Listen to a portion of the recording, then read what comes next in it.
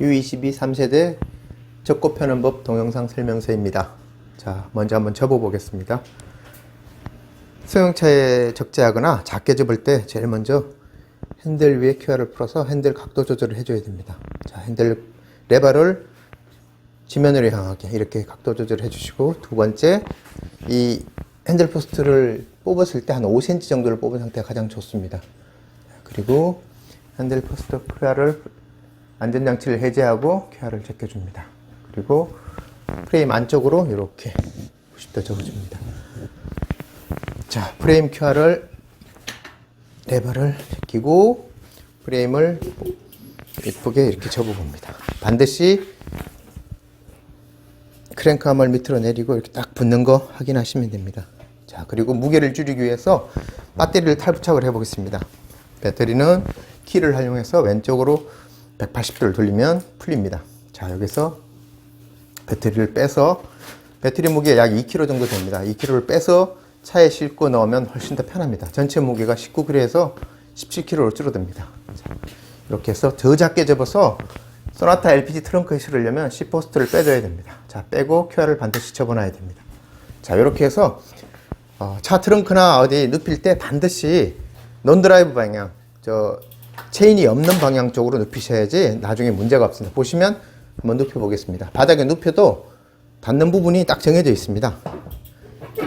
자, 보시면 페달 끝, 타이어, 이 정도면 문제가 없습니다. 반드시 이렇게 해야 되지, 잘못하시면 이 체인 방향으로 놓게 되면, 보이시죠? 행어 부분입니다. 이 행어가 충격에 약하기 때문에 여기 비틀어지거나 조금이 변형 생기면 변속 트러블을 유지합니다. 자, 다시 한번 펴보겠습니다. 자, 필 때는 세우고 스탠드를 먼저 펴줍니다. 자, 이 상태에서 잘 서 있습니다. 이 상태에서 몸통을 먼저 펴고, 자, 배터리를 넣어 보겠습니다. 배터리 넣는 방법은 똑같습니다. 그대로 밀어놓고 끝까지 집어넣고 딱 수평을 맞춘 상태에서 키를 오른쪽으로 180도를 돌립니다. 그리고 키를 빼고, 자, 딱 맞추시고 QR을, 자, 딱 하면 자동으로 이렇게 락이 됩니다. 자, 두 번째 핸들도 똑같습니다.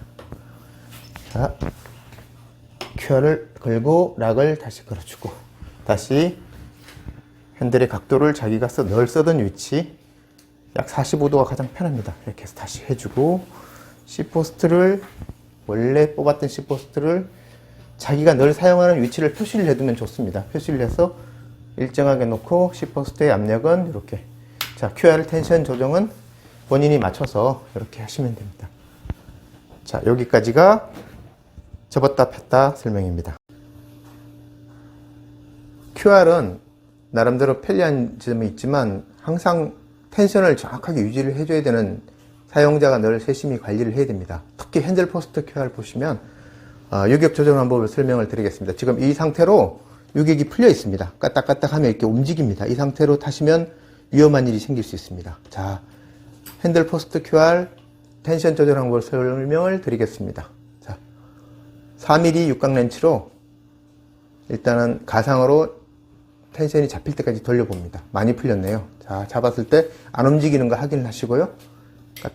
그 다음에 QR 레버, 자, 빡빡하죠?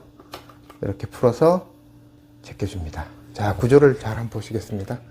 자, 왼쪽에 4mm 육각 렌치, 오른쪽에 8mm 스패너를 끼워줍니다. 자, 스패너는 고정된 부분을 다시 고정시키는 부분입니다. 왼쪽에 텐션 조정하는 것을 스톱을 시키는 장치라고 생각하시면 됩니다.